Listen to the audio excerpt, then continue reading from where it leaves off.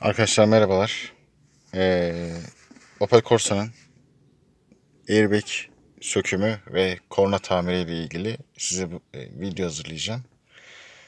Daha önce söküm işlemlerini yaptım. Şimdi normalde şuralardan açılıyor sizin bildiğiniz. Ben bu delikleri patlatmak istemediğim için farklı bir yöntem deneyeceğim. Daha önce de açtım dediğim gibi. Şimdi bir tane düz tornavidayı bu şekilde yamulttuk. Nasıl olacağını da göstereceğim. Arkadaşlar öncelikle şurada arka tarafında görüyorsunuz delikleri.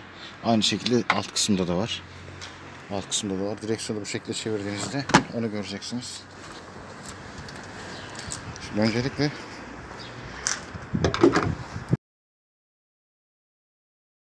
buradan kornanın sigortasını söküyorsunuz ki airbag'i söktüğünüzde size korna basılı kalmasın. Burada 4 numaralı sigorta. Şurada gösterdim.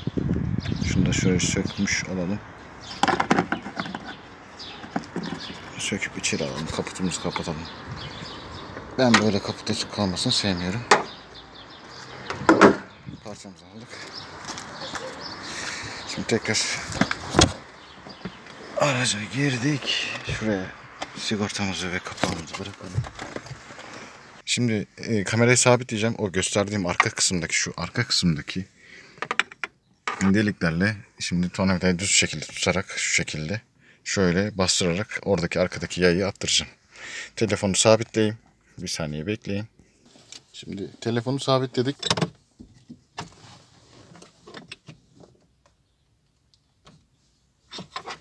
Burayı söktük. Şimdi arabayı çalıştıracağım.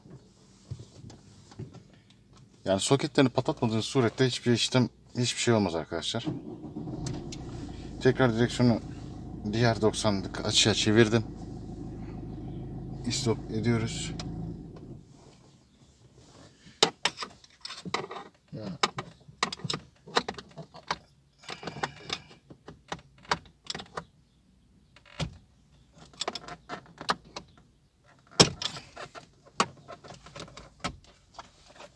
Sadece bu kısım kaldı. O da çıktı arkadaşlar. Bu şekilde. Yani şu arka kısımdan şuradan iğnelerini itekliyorsunuz. Bak tekrar şuralardan iteklediğimiz iğne yerleri şuralar zaten arkadaşlar.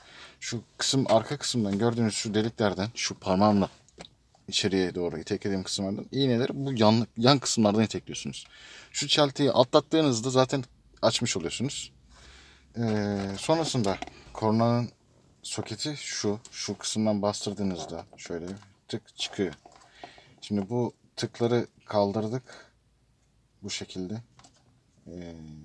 Daha sonra arkasından destekleyerek çıkarabilirsiniz.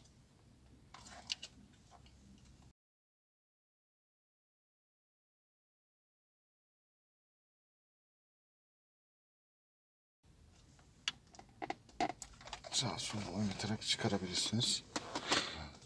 Bizim zaten şu anda şu videoyu kamerayı biraz daha düzeltirsek. Şimdi bizim asıl yapacağımız kısımlar şuralar zaten arkadaşlar. Şu kısımlar. Şurada. Buradaki alyan vidaları da T20 veya 25 herhalde. Yani ona göre test ederek ister bits uçlu olanlarla isterseniz alyan anahtarla sökebilirsiniz.